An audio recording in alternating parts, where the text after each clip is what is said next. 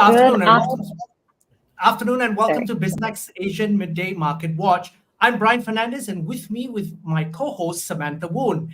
It's Tuesday, the 25th of June, and we have a new guest today, Thum. He's a senior research analyst from Phillip Securities, coming to us out of Singapore. Glenn, good afternoon.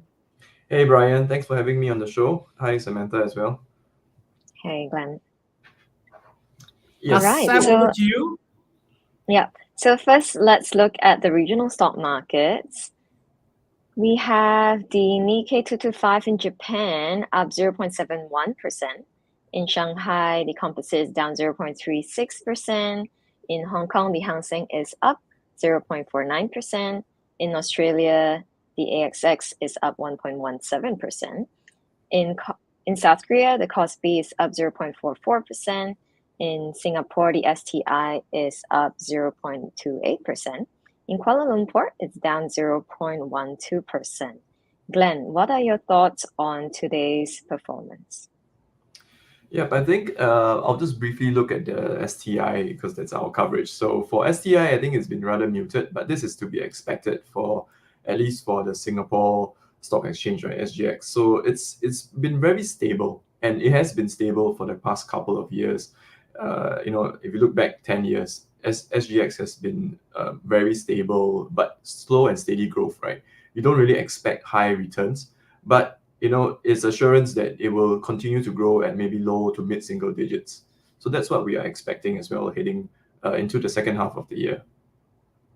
Now, Glenn, I think the key thing right now, Singapore Stock Exchange is dominated by the banks and of course REITs, but the banks have been performing really well up to this point.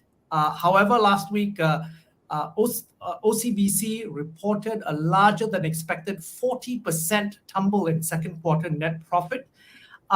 Give us your thoughts on the declining earnings, as well as the banking regulator also cautioning the banks about their dividend payout. Is there a deterioration then forecast among Singapore banks?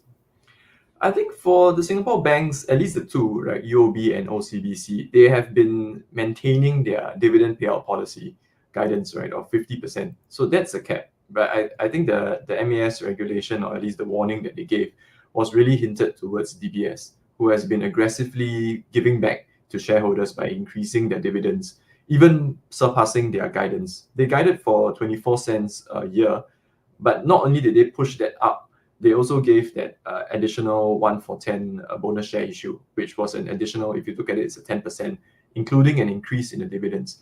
I think the main question now for shareholders and investors would be if the banks can maintain their dividend payout policy and whether or not dividends can continue to grow into the rest of 2024 and even into 2025. I think we look into several factors to see if they can maintain that growth. Firstly, we look at the bulk of their earnings, right, which is the net interest income and net interest margins. We would expect that net interest income as well as net interest margins would decline because of the flattening rates, as well as some expectations for cuts in the later half of the year. This would technically lower their net interest income. But if you look on the flip side, it would improve their loans growth, which has been stagnating now, at the low single digit range of like 1 to 2%, at least for the last couple of quarters.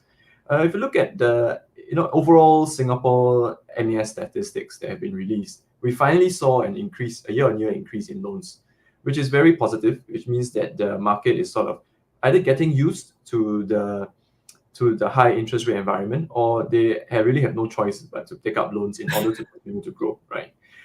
The other portion which we believe that would sort of support earnings growth into the future would be their wealth management and fee income growth.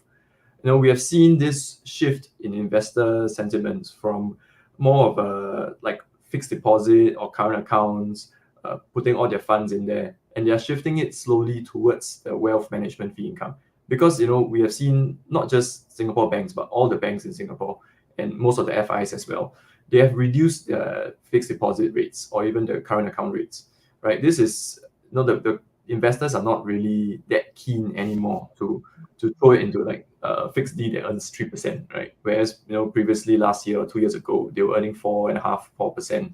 So now they are thinking, okay, how about we move our funds into wealth management, into investment products, and this earns the banks higher margins, right? At least on their AUM, their assets under management. So it's a positive sign. We have seen the last 2 quarters at least that their fee income, which bulk of it comes from wealth management income, growing double digits, and also their base, which is the assets under management, has also been continuing to grow throughout COVID or even through the high interest rate environment. But due to this shift in the interest rates and the market sentiments not exactly doing that well, we have seen the basis points they earn from their AUM actually decrease, which is why in the last, let's say we're looking into 2023, mid 2023, the wealth management fee income did not do that well. However, we are seeing this pick back up as the market improves, and we're starting to see continued growth in that line. Glenn, with the clampdown on money laundering in Singapore, that's a cloud that hangs over the banks in Singapore.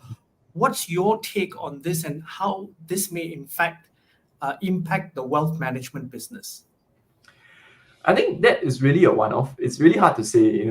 The only thing that can happen, I used to work in a bank too, right? So I know the AML and CDD, customer due diligence, anti-money laundering, things that we have to go through, and it's really stringent. And that was, I would say, like 6-7 years ago when I was in a bank. So it was really stringent. And even now, I would think that it would just get tighter, right? So the MAS will definitely put in more procedures, and more check boxes that they need to tick before they can approve a customer's loan or even to accept the money that they give.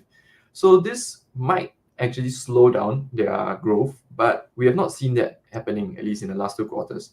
I think now they are maybe taking in more I would say local residents' money that they are shifting out from the fixed deposits and their current accounts into their fee income and investment products. So I think that's the shift we are seeing now happening. Mm-hmm.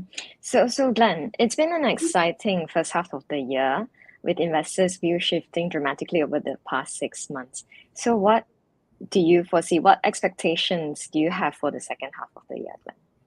Yeah, we look at the 2 main sectors, right, of the STI. That's the, as Brian put it earlier, it's the REITs and the banks. Firstly, the banks, I've spoken quite a bit on it, but the banks, we do expect them to continue to grow. Their earnings will grow, as I said earlier, from their fee income growth, while their net interest income will maintain stable. We also hope that loans growth will start to kick in when interest rates eventually get cut. And this will not just boost their earnings, but also continue their high dividend growth, as Singapore is mostly a dividend play, right, if you look at it that way. So that's for the banks. And for the other main segment would be the REITs. So REITs have performed quite poorly, mainly due to the higher for longer interest rates, and also expectations of cuts getting smaller and smaller as time goes on. But when rates do eventually get cut, REITs could recover back to what they were previously. And they're also currently actually paying very high, much better dividend yields as compared to others. I think they're matching the bank's dividend yields now. Yep. So we do see a recovery in the REITs, as well as the strong growth in the banking side as well. Glenn, it's been great to have you on the show. Thank you very much for your insights. Thanks, Brian. Thanks, Samantha. Now, we've been speaking to Glenn Thum. He's a senior research analyst at Phillip Securities Research out of Singapore. This has been Biztech's Asian Midday Market Watch. I'm Brian Fernandez. And I'm Samantha Voon. And this show will be on our website, www.biztech.asia, as well as our syndication partners, TV stations, radio stations, websites, and third-party apps. Thanks for tuning in.